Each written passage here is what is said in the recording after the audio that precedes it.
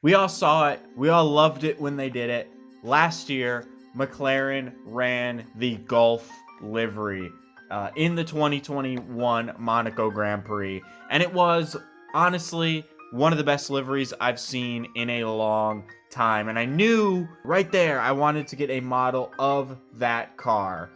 And honestly, guys, I found something that is very, very interesting, very, very unique.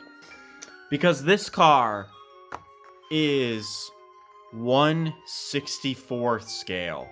Now, for those of you who don't know, your typical F1 diecast is 1/43 scale.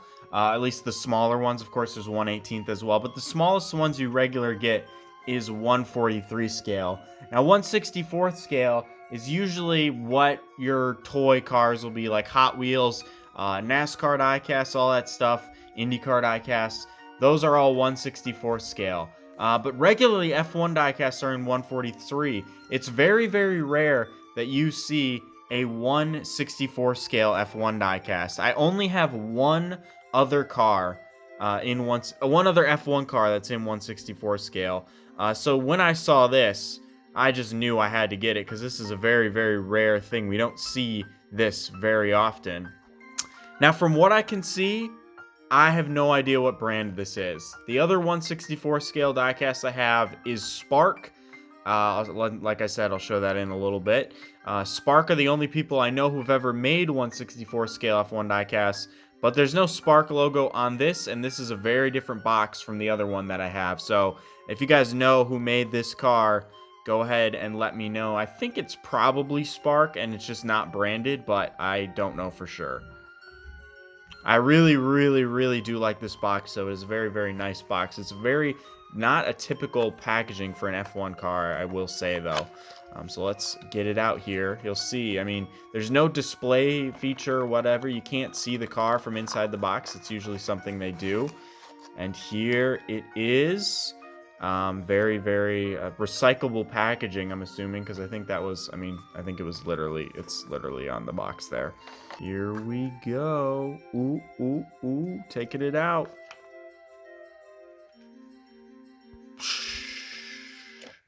It's so small the camera won't even focus. Oh no, it's Daniel Ricciardo. Just kidding, just kidding. We all love Daniel Ricciardo. Not really. I think he's gone for sure next season.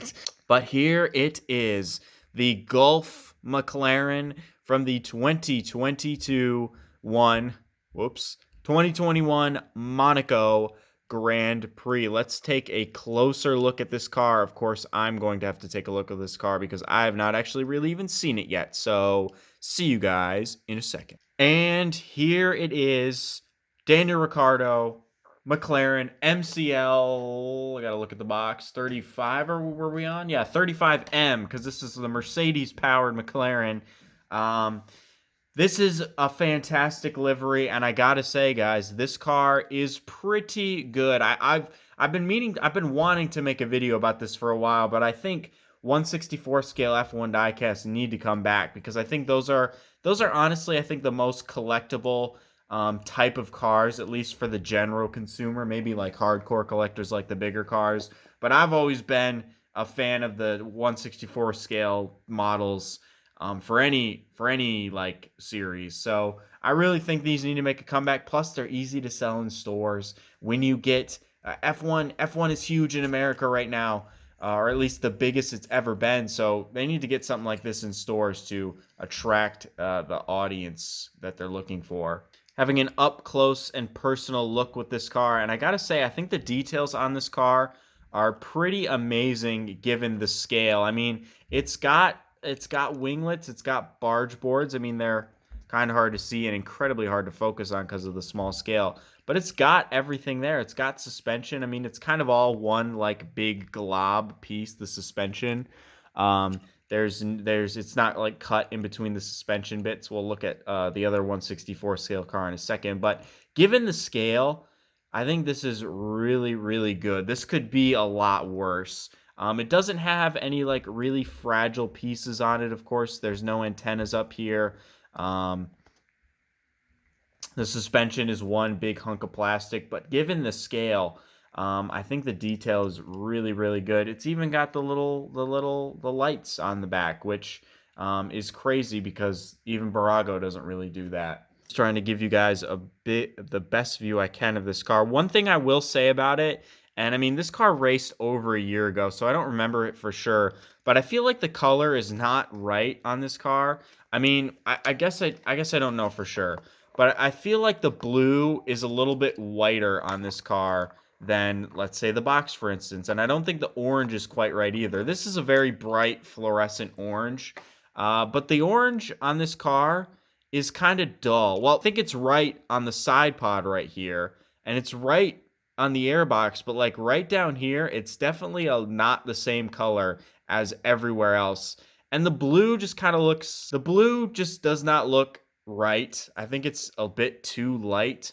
It mixes in with the white. That was a rhyme. Bustin' rhymes. Hell yeah, funky for anyway.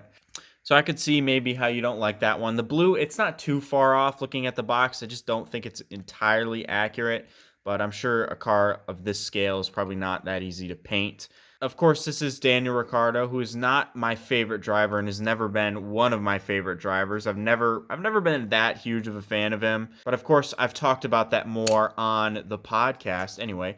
So yeah, I honestly, I think he's done after this year. The Zach Brown would not have mentioned there's an exit clause in his contract if they weren't already trying to get rid of him. In terms of the floor, I'm only saying that because I know it. It has no carbon fiber detailing on it whatsoever. It's actually quite smooth and quite shiny. That's probably expected. It would be a really, really, really small pattern to try to get on this car. I cannot get this camera to focus whatsoever. Let's move on to the comparison before I go nuts and break the camera and stop filming videos for 2 months. The other 1/64 scale F1 diecast I have is 2017 Nico Hülkenberg. We're back to a 2017 car, 2 videos in a row. Of course, this comes from the era of the small front wing and small rear wings. This car, the McLaren's also quite a bit longer. There are some places, for instance, in the suspension, where I believe the Spark Nico Hülkenberg outshines the unknown manufactured Daniel Ricciardo. Like the suspension is cut out in individual pieces where it's just one big glob on the Daniel Ricciardo. But there are other places that I think the Ricciardo outshines the Hülkenberg. The tires are printed. There's no Pirelli logos on the Nico Hülkenberg tires, but there are on the Daniel Ricciardo. And in general, I just think this is a lot better looking of a car. Like the painting, I don't think was too bad on this car, but I just don't think it looks that great, honestly, given the comparison. This car does have an issue. I'll be quiet if you can hear it. I don't know if you can hear that, but the car rubs against there's something too low on this car. It's rubbing against the table, whereas this one is a pretty smooth runner, but it just sits on a shelf, so who the fuck cares? 1/64 scale cars are pretty rare in F1. I've made it very clear of that in this video, so it's really cool just to have both of these ones. There's also no driver in the Daniel Ricciardo, as you can see, but there is in the Nico Hülkenberg.